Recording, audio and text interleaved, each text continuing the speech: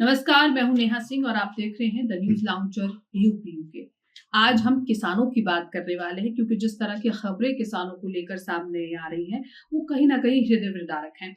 बात किसानों की इसलिए भी होनी चाहिए क्योंकि भारत को हम कृषि प्रधान देश के रूप में भी जानते हैं, एक ऐसा देश जहां पर 70% जनता कृषि पर निर्भर करती है।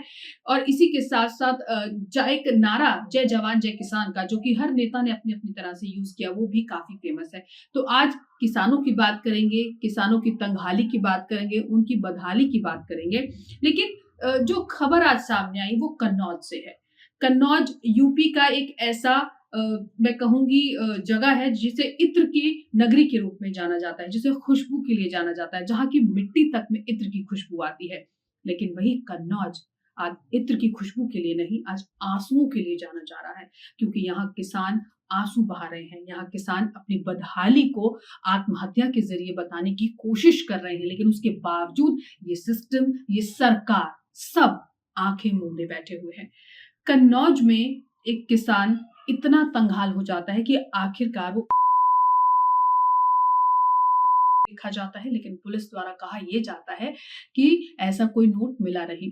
किसान ने आलू की फसल बोई थी 11 बीघा जमीन पर। उसे उम्मीद थी कि जब ये फसल बिकेगी तो उसका जो कर्ज उसने लिया है अपनी बेटी की शादी के लिए वो कर्ज वो उतार पाएगा। लेकिन आलू के जो रेट इस वक्त चल रहे हैं उससे लागत भी नहीं उसकी पूरी हो पा रही।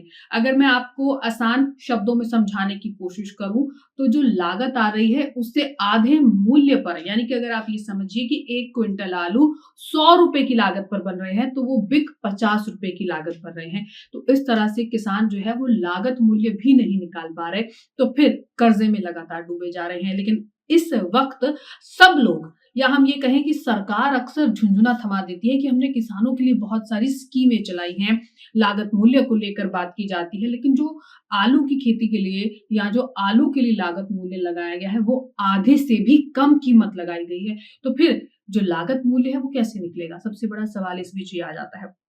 हालांकि मार्च की हम बात करें, सिर्फ इस मार्च महीने की बात करें, सिर्फ इस साल 2026 की बात करें तो ये मार्च और ये 2026 आलू किसानों के लिए लगातार काल का ग्रास बनता आया है। कन्नौज में हुई ये घटना कोई पहली घटना नहीं है और माफ कीजिए मुझे बड़े शर्म के साथ बताना पड़ रहा है कि शायद ये आखिरी घटना भी ना हो। क्योंकि जिस तरह से हम किसानों को देख नहीं पा रहे, उनकी बदहाली, उनके तंगहाल को नहीं देख पा रहे, ये वाकई सिस्टम का फेलियर है। ये एक किसान ने ये ये व्यवस्थाओं जो कि प्रशासन पूरी तरह से पूरी नहीं कर पाया। वादे किए गए या एक शब्द अक्सर बोला जाता है झुंझुना थमा दिया गया। मैं फिर से उस शब्द का इस्तेमाल करना चाहूंगी, झुंझुना थमा दिया गया। बिजली बिल माफ कर दिए गए किसानों के, लागत मूल्य दिया गया, स्टोरेज की बात की गई, किसानों को स्टोरेज उपलब्ध किए जाएंगे। लेकिन आलू किसानों के लिए इतने स्टोरेज भी नहीं है कि वो स्टोरेज होम में जाकर वहां पर अपने आलू की जो फसल है उसे स्टोर कर सके, कुछ जब मूल्य थोड़ा बढ़े तब उसको बेच सके, ऐसा भी कुछ उपाय नहीं किया गया। तो इस तरह की जब घटनाएं सामने आती हैं वाकई हमें अपने ऊपर सवाल करना पड़ता है कि क्या सचमुच इस देश में या यूपी राज्य में या कहीं भी हम रहे पूरे भारत में किसान सेफ हैं, या कोई अपना करियर एज अ किसान, एज अ फार्मर देखना चाहता है आजकल के बच्चे। कुछ आंकड़े इस वक्त मेरे सामने हैं, वो आंकड़े मैं आपको जरा बताना चाहूंगी। और वो आंकड़े जमीनी हकीकत है, कोई ऐसी बाजीगरी नहीं है कि किसी ने अलग से आंकड़े पेश कर दिए, वो जमीनी हकीकत है, उसमें सच्चाई है। अकेले मार्च के शुरुआती 20 दिनों की अगर हम बात करें, अभी तक मार्च के 20 दिन बीते, इन 20 दिनों की अगर मैं बात करूं और खासकर मैं जहां पर आलू बोया जाता है उस बेल्ट की बात करूं जिसमें कन्नौज, फर्रुखाबाद और आगरा आते हैं, इस बेल्ट की मैं बात करूं तो इस 20 दिनों में 12 किसान। वाकई ये आंकड़ा बेहद बेहद शर्मनाक है।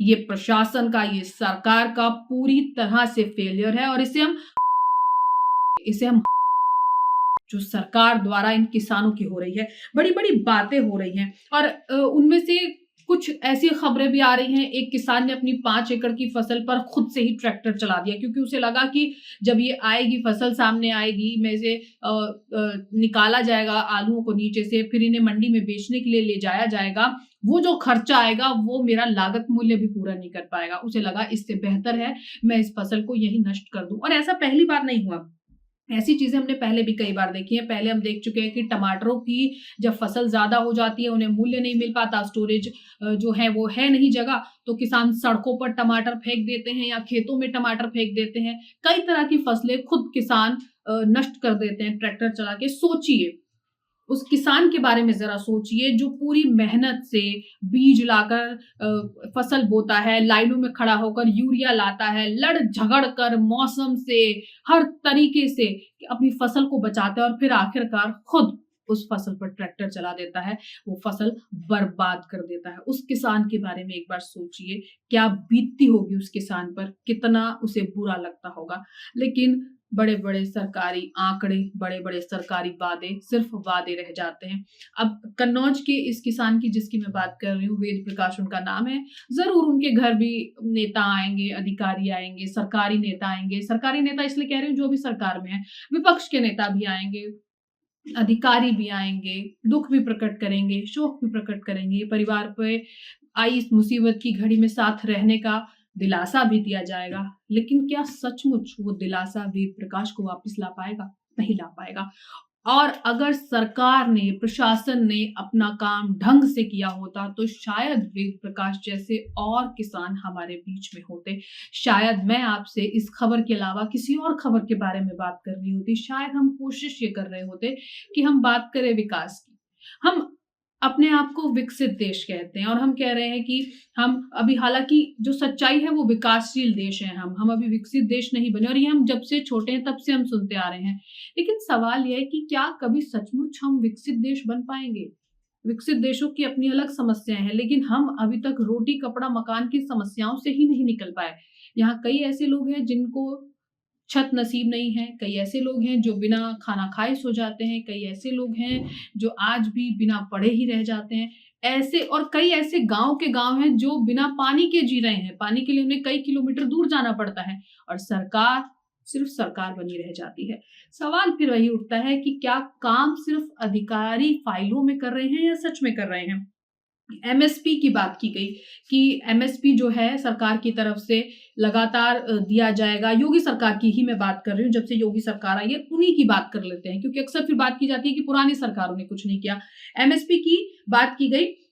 अगर अगर मैं मोटा-मोटा या कहूँ कि एक आम भाषा में समझने की कोशिश करूँ तो 800 से 900 रुपए खर्च करने पड़ते हैं एक आलू की बोरी को लगाने में, लेकिन मंडी में सिर्फ 400 से 500 रुपए मिल रहे हैं और एमएसपी वो भी करीब-करीब इतना ही है, 450 के करीब ही एमएसपी है। और एक और बात की गई थी, आय को दुगना करने की बात की गई थी 2022 में और 2026 तक ये बात अभी तक सामने नहीं आई। सामने आ रही है तो सिर्फ और सिर्फ महंगी खाद का एक मुद्दा किसानों ने उठाया था और बिजली का मुद्दा किसानों ने उठाया था, जिसमें कहा गया था कि ट्यूबवेल को लेकर फ्री बिजली दी जाएगी। और खाद के हालात तो हम अक्सर देखते हैं, जब किसानों को खाद लेनी होती है तो लाइनों में खड़े होते हैं, यूरिया के लिए डंडे तक किसानों को पड़ते हैं। ये वो देश है जहां पर किसानों ने दिल्ली में आकर प्रदर्शन किया और सिर्फ एक राज्य के किसान नहीं, अलग अलग राज्य से किसान आए थे, साउथ से भी किसान आए थे और बेचारे अर्धनग्न होकर तक उन्होंने सड़कों पर प्रदर्शन किया, जमीन पर ही खाना रखकर खाया, नरमुंड लेकर आए और वो नरमुंड उन किसानों के थे जिन्होंने के बावजूद हमारी ये सोती हुई सरकार नहीं जागी, हमारी ये ट्रिलियंस की बात करने वाली सरकार नहीं जागी, हमारी ये विश्वास वाली सरकार नहीं जागी, हमारी ये आय को दुगना की बातें करने वाली सरकार नहीं जागी। किसानों के लिए बहुत सारी योजनाओं की मैं बात कर रही थी कि किस तरह से किसानों के लिए अलग अलग योजना आई। आलू खरीद योजना आई जिसमें सरकार सीधे किसानों से आलू खरीद सकती है, लेकिन कहीं ना कहीं उसको लेकर भी जो है कई तरह की बातें सामने आई। 4,870 प्रति मीटर टन के हिसाब से आलू खरीदने के प्रस्ताव को मंजूरी दी गई। उसके बाद परिवहन सब्सिडी की बात आई कि जो 25% की जो लागत है वो मदद की जाएगी सरकार की तरफ से। सरकार बातें कर रही है, कोशिश शायद उन बातों में नजर नहीं आ रही। इसी के साथ साथ सीआईपी और एसएआरसी यानी कि सार्क जैसी बातें की गई, जिसे कि कहा गया कि अंतर्राष्ट्रीय आलू केंद्र बनाया जाएगा और ये पेरू की मदद से बनाया भी गया कि जो आलू है वो बाहर जाएंगे। और प्रोसेसिंग इकाइयों की भी यूपी में बात हुई, जिस तरह से बड़ी बड़ी कंपनीज आलू के चिप्स बनाती हैं और प्रोडक्ट्स बनाती हैं वो वहां पर बनाए जाएंगे ताकि वहां पर किसान सीधा आकर बेच सके। और इसमें 35 से 50 के लगभग सब्सिडी की बात की गई। और इसी के साथ साथ कृषक दुर्घटना कल्याण योजना की बात हुई, फ्री बोरिंग सिंचाई की बात हुई, इन सब की बात हुई। लेकिन इसके बावजूद ये शायद सिर्फ बातें हो रही हैं, कुछ हो नहीं रहा। सस्ते कर्ज की बात हुई, स्टोरेज की सबसे बड़ी एक समस्या है, उसको लेकर अभी तक अगर आप बातें कर रहे हैं तो बड़ी बात यह है कि कुछ किया क्यों नहीं गया। और कन्नौज की जो घटना वेद प्रकाश जी की मैं बता रही हूँ आपको घटना, ये कोई अकेली घटना नहीं है। और ये घटना सिर्फ एक घटना नहीं है, ये चेतावनी है कि अगर सरकारों ने काम नहीं किया तो उन कुर्सियों को बदलते हुए देर नहीं लगती। ये किसान अपनी बदहाली, अपनी तंगहाली आप तक जरूर पहुंचाएंगे। आवाज आपको सुननी पड़ेगी। नमस्कार।